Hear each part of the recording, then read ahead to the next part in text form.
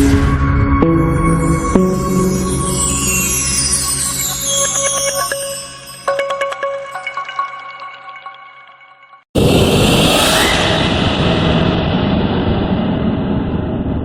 प्यारे साथियों, जनन चैप्टर के इस दूसरे एपिसोड में आप सभी का स्वागत है। हमने आपको पिछला वीडियो में ये समझाया था अलैंगिक जनन के बारे में और साथ ही अलैंगिक जनन की विधियों के भी बारे में मैंने चर्चा किया था। याद कीजिए, अलैंगिक जनन की 5 विधियों के बारे में मैंने चर्चा किया था। पहला विखंडन, दूसरा खंडन, तीसरा पुनर्जनन, चौथा मुकुलन, पांचवा हमने कायिक परिवर्धन के बारे में चर्चा किया था। तो मित्रों, कायिक परिवर्धन से ही मिलता जुलता नाम है उत्तक संवर्धन।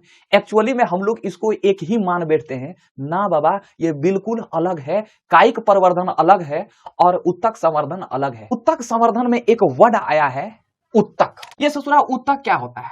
तो कई कोशिका मिलकर जो है ना एक उत्तक बनता है, और कई उत्तक मिलकर हड्डी बनता है, और कई हड्डी मिलकर अंग बनता है, और कई सारा अंग मिलकर हमारे पूरे काया का निर्माण होता है, यानी कि शरीर का निर्माण। तो हम कह सकते हैं कि कोशिकाओं के समूह को हम लोग क्या बोलते हैं मित्रों? उत्तक कहते हैं। यहाँ जो है उत्तक संवर्धन है। यहाँ क्या है? उत्तक संवर्धन है।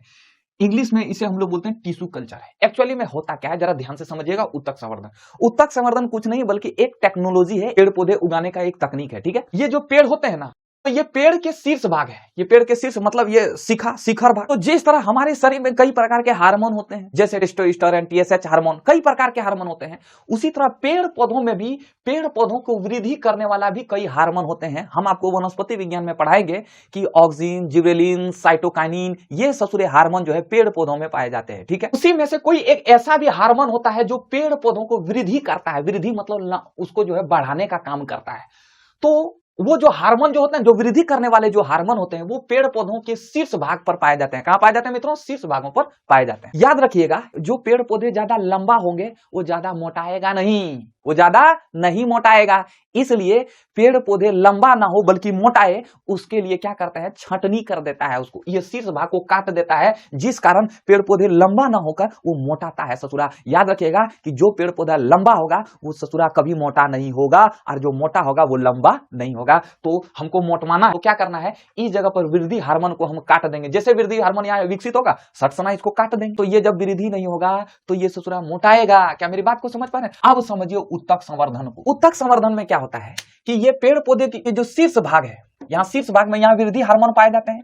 इस भाग को काट कर, अलग कर, और एक उस भाग से हम नए पौधे उगाने की तकनीक को क्या बोलते हैं? उत्तक संवर्धन। मतलब पेड़ पौधे के शीर्ष भाग को काट कर नए पौधे को उगाने की तकनीक को हम लोग क्या बोलते हैं? उत्तक संवर्धन। क्या मेरी बात को समझ पा रहे हैं? तो वही लिखे हैं, पौधों के उत्तक अथवा उनकी कोशिकाओं को पौधे के शीर्ष के वृद्धि वाले भाग से अलग कर नए पौधे उगाने की टेक्नोलॉजी को उत्तक संवर्धन कहते हैं। अच्छा, ये जो है शीर्ष भाग को क्यों लेते हैं? शीर्ष भाग को इसलिए लेते हैं क्योंकि यहाँ वृद्धि करने वाले हार्मोन पाए जाते हैं, और जो वृद्धि करते हैं उनमें विभाजन क्षमता भी अधिक होती है, कोशिकाओं में विभाजन करने की क्षमता अधिक होती है। इसलिए जो है हम लोग पेड़ पौधों के शीर्ष भाग का प्रयोग करते हैं उत्तक संवर्धन में। ठीक है, अब जो इससे जो नए नए पौधे को, इसमें क्या होता है? शीर्ष भाग को ले लिए, शीर्ष भाग को ले लिए, एक गमला में क्या करेंगे? बढ़िया से मिट्टी वगैरह कार्बनिक पदार्थ डालकर, और इसको जो है हम लोग एकदम संक्रमण मुक्त जो है पेड़ पौधे को उगाएंगे। इसमें कोई बीमारी लगने का कोई डर नहीं होगा। तो इस प्रकार के नए पेड़ पौधों के समूह को केलस कहा जाता है। क्या कहा जाता है मित्रों? केलस कहा जाता है।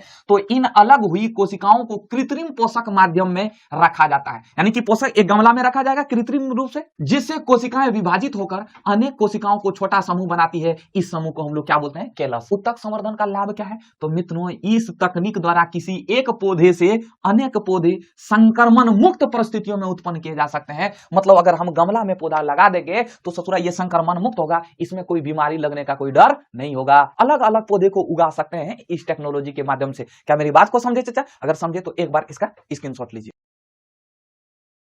तो हमने आपको जनन के 2 प्रकार के बारे में बताया था कि जनन 2 प्रकार के होते हैं। पहला अलैंगिक जनन, दूसरा लैंगिक जनन। फिर हमने जो है अलैंगिक जनन के बारे में चर्चा किया था, और हमने ये भी बताया था कि अलैंगिक जनन किसे कहते हैं। तो जनन की वह विधि जिसमें अगली पीढ़ी के निर्माण में केवल एक ही जीव भाग लेता है, उसे अलैंगिक जनन कहते हैं। और लैंगिक जनन किसे कहते हैं? तो जनन की वह विधि जिसमें अगली पीढ़ी के निर्माण में नर और मादा यानी कि मेल और फीमेल दोनों भाग लेते हैं, उसे हम लोग लैंगिक लैंगिक जनन कहते हैं। जैसे मनुष्य, क्या केवल एक ही आदमी बच्चा पैदा कर सकता है? केवल नर ही बच्चा पैदा कर सकता है? अगर केवल एक ही आदमी बच्चा पैदा कर देगा तो उसमें कौन सी विधि होगी? अलैंगिक विधि होगी, ठीक है। लेकिन मनुष्य में क्या होता है कि मनुष्य में नर और मादा दोनों मिलते हैं और नर और मादा दोनों मिलकर जो है बच्चे का निर्माण करते हैं, तो उस प्रकार की जनन की विधि को लैंगिक जनन कहते हैं। क्या मेरी बात को समझ पा रहे हैं मित्रों? लैंगिक जनन को ही इंग्लिश में हम लोग सेक्सुअल रिप्रोडक्शन कहते हैं। क्या कहते हैं मित्रों? सेक्सुअल रिप्रोडक्शन, ठीक है।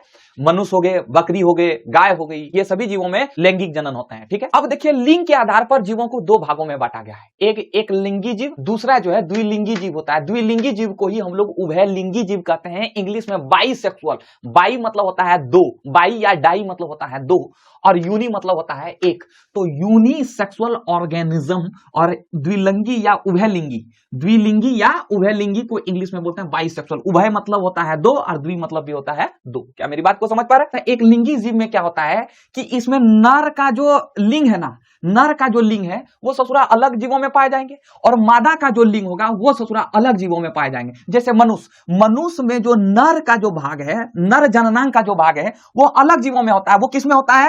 वो आपका पुरुष में होता है। जो मादा का जननांग है वो आपका किस में पाया जाएगा? स्त्री में पाया जाएगा। यानी कि हम कह सकते हैं कि इसमें जो है मनुष्य में केवल एक ही लिंग होगा, एक ही व्यक्ति स्त्री और पुरुष दोनों नहीं हो सकता है। मनुष्य जो है या नहीं तो स्त्री होगा या नहीं तो वो पुरुष होगा, दोनों में से कोई एक होगा, दोनों कभी नहीं होगा। क्या मेरी बात को समझ पा रहे हैं चचा? मनुष्य के पास केवल एक लिंग है, इसलिए मनुष्य को एक लिंगी जीव कहा गया है। तो हमने यहाँ परिभाषा लिखा है, वे जीव जिनमें नर और मादा लिंग अलग अलग जीवों में पाए जाते हैं उसे एक लिंगी जीव कहते हैं। जैसे मनुष्य हो गया, पपीता हो गया, तरबूज हो गया, घोड़ा हो गया, इसमें ससुरा एक ही लिंग पाए जाते हैं। क्या मेरी बात को समझ पा रहे हैं चचा? अब दूसरा है द्विलिंगी। तो द्विलिंगी मतलब समझ पा रहे हैं, जब एक ही व्यक्ति में दोनों लिंग पाए जाएंगे तो उसे हम लोग द्विलिंगी कहते हैं। जैसे केंचुआ, केंचुआ ससुरा, इसमें जो नर भी इसी में होते हैं और मादा भी इसी में होते हैं। तो इस प्रकार के जीव को हम लोग द्विलिंगी या नहीं तो उभयलिंगी, क्या मेरी बात को समझ पा रहे हैं? तो ऐसे जीव जिनमें नर और मादा लिंग एक ही जीव में मौजूद हो उसे द्विलिंगी जीव कहते हैं। आपसे क्वेश्चन भी पूछा हुआ था, निम्नलिखित में से कौन सा उभयलिंगी जीव है? ऑप्शन नंबर ए केंचुआ, ऑप्शन नंबर बी मनुष्य, ऑप्शन नंबर सी गाय, ऑप्शन नंबर डी बकरी। तो कौन सा होगा मित्रों? केंचुआ हो जाएगा। क्या मेरी बात को समझ पा रहे हैं? तो केंचुआ, कृमि, हाइड्रा, सरसों, हर द्विलिंगी को ही हम लोग बोलते हैं हर्माफ्रोडाइट। टेक्निकल नाम क्या है इसका? हर्माफ्रोडाइट। क्या मेरी बात को समझे चचा? अगर समझे तो प्रेम से स्क्रीनशॉट लीजिए एक बार। तो मित्रों, अब हम लोग समझते हैं मानव प्रजनन तंत्र के बारे में, ठीक है। सबसे पहले मानव में दो प्रजनन तंत्र होते हैं, एक नर में और एक मादा में होते हैं, वो सभी को पता है। तो मानव क्या है? मानव एक लिंगी जीव है। क्यों है भैया? क्योंकि नर लिंग और मादा लिंग अलग अलग जीवों में होते हैं, एक ही जीवों में नहीं होते हैं। अब हम लोग ये समझते हैं कि उम्र के अनुसार मानव की कितनी अवस्थाएं होती है और उनका नाम क्या है, तो इसके बारे में हम लोग समझते हैं, ठीक है। इसके पहले हम दो वर्ड के बारे में चर्चा करेंगे। पहला वर्ड है आपका प्राथमिक लैंगिक अंग और दूसरा वर्ड है द्वितीयक लैंगिक अंग। अब यहां एक कॉमन वर्ड आ रहा है लैंगिक अंग और लैंगिक अंग। तो लैंगिक अंग किसे कहते हैं? जो अंग जनन में भाग लेता है उसे लैंगिक अंग कहते हैं, ठीक है। ऐसे तो हमारे शरीर में कई अंग है, हाथ, कान, नाक, जीभ, त्वचा, कई अंग है, लेकिन लैंगिक अंग क्या होता है कि जो सिर्फ बच्चे पैदा करने में जो अंग भाग लेता है या अपने जैसे संतान की उत्पत्ति करने में जो अंग भाग लेता है उसे लैंगिक अंग कहते हैं, ठीक है। और लैंगिक अंग में भी दो प्रकार के लैंगिक अंग होते हैं, एक प्राथमिक लैंगिक अंग और दूसरा होता है द्वितीयक लैंगिक अंग। प्राथमिक लैंगिक अंग किसे कहते हैं? ऐसे लैंगिक अंग जो जन्म से ही रहता है उसे हम लोग प्राथमिक लैंगिक अंग कहते हैं। जैसे वृषण, मूत्रमार्ग या सीसन, ये सभी ससुरे ये हमारे क्या हो गए? प्राथमिक लैंगिक अंग हुए। लेकिन ये द्वितीय लैंगिक अंग क्या होता है? जन्म से ही नहीं देता है, बल्कि ये कुछ उम्र के बाद जो है ये लैंगिक अंग विकसित होता है। जैसे लड़का जब 12 साल के उम्र का होता है ना, तब ससुरा उसका दाढ़ी मूछ आने लगता है। कगरो कगरो तो जवाल आता है। जो दाढ़ी मूछ है ना, वो ससुरा द्वितीय लैंगिक अंग है।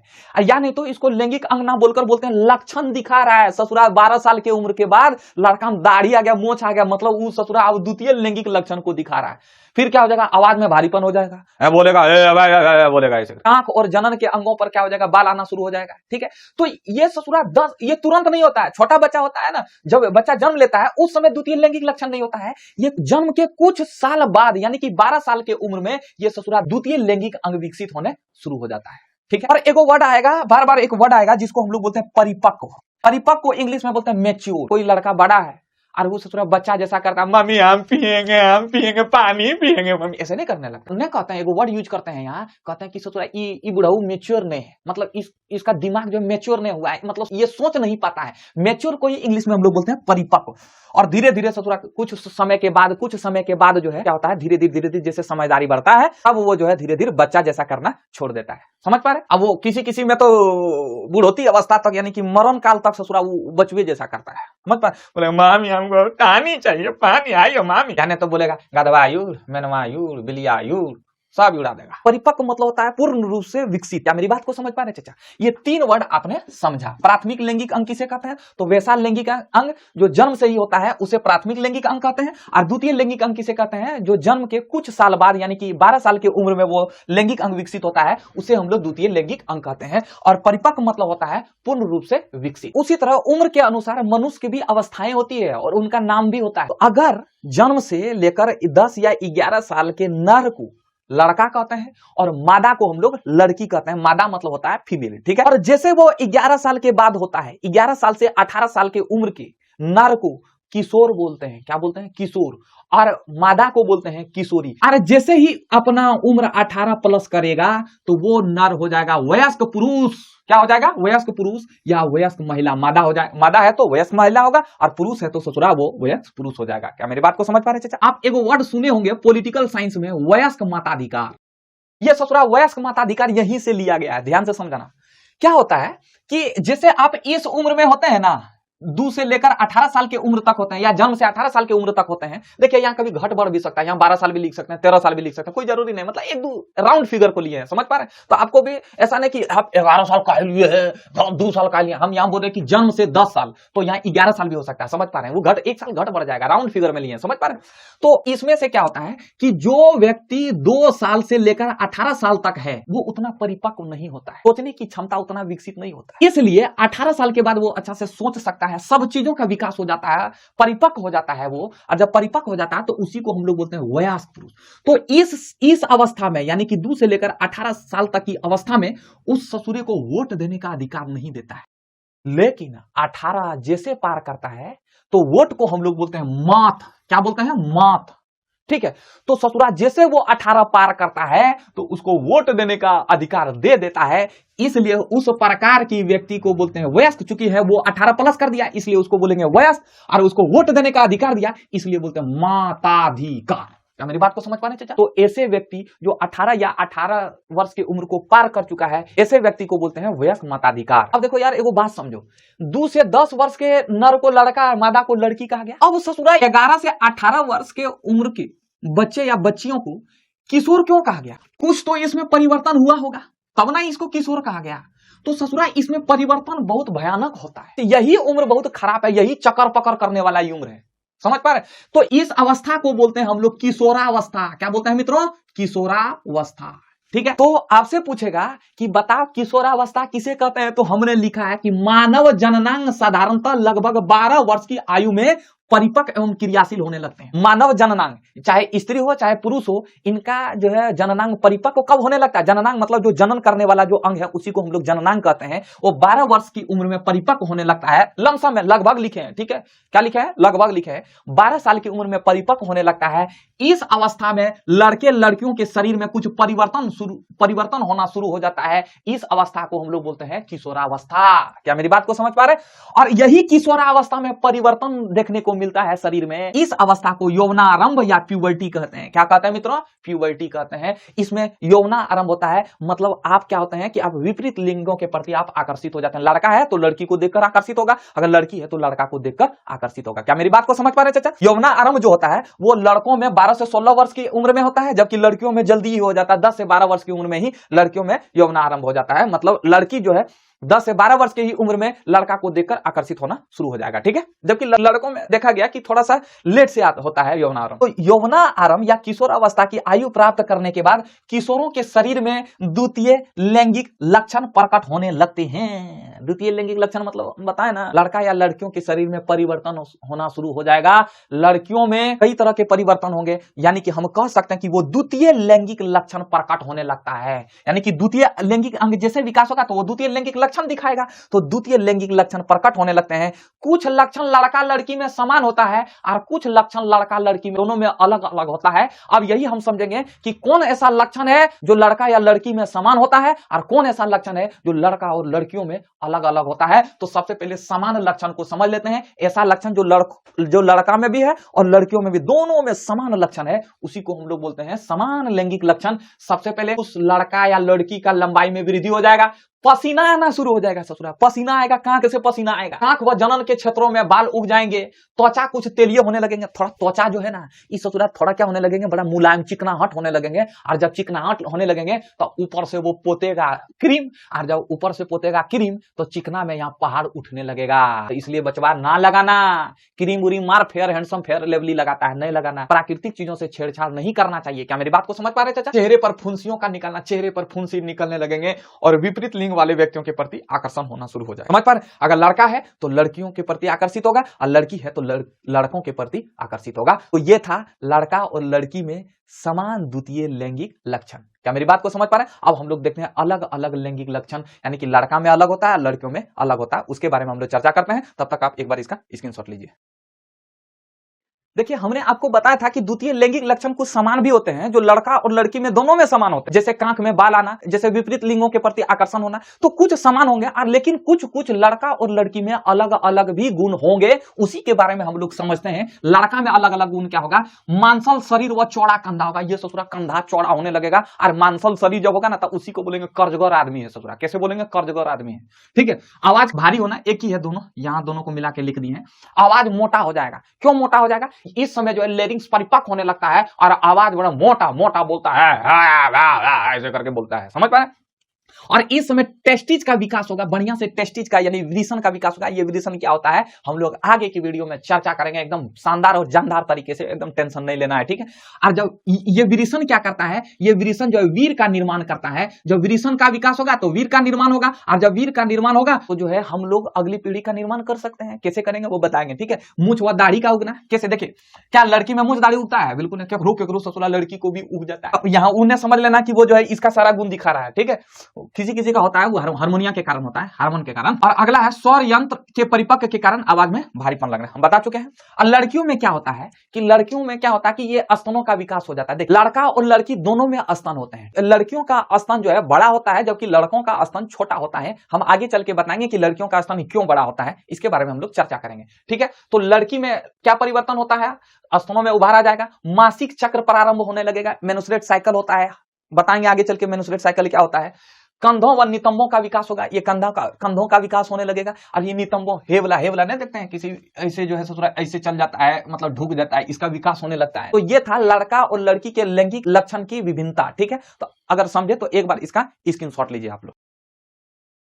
तो मित्रों, इस वीडियो में बस हम लोग इतना ही चर्चा करेंगे। क्या होगा कि अगर हम इसमें अभी नर जननांग के बारे में चर्चा करने लगेंगे तो थोड़ा खिचड़ी हो जाएगा, इसलिए हम इसमें नहीं चर्चा करेंगे। अगला वीडियो में चर्चा करेंगे। क्या दिक्कत है? छोटा ही वीडियो है, बढ़िया है, छोटा ही वीडियो है, तुरंत देख लेंगे, कोई दिक्कत। मिलते हैं आगे के वीडियो में। जय हिंद।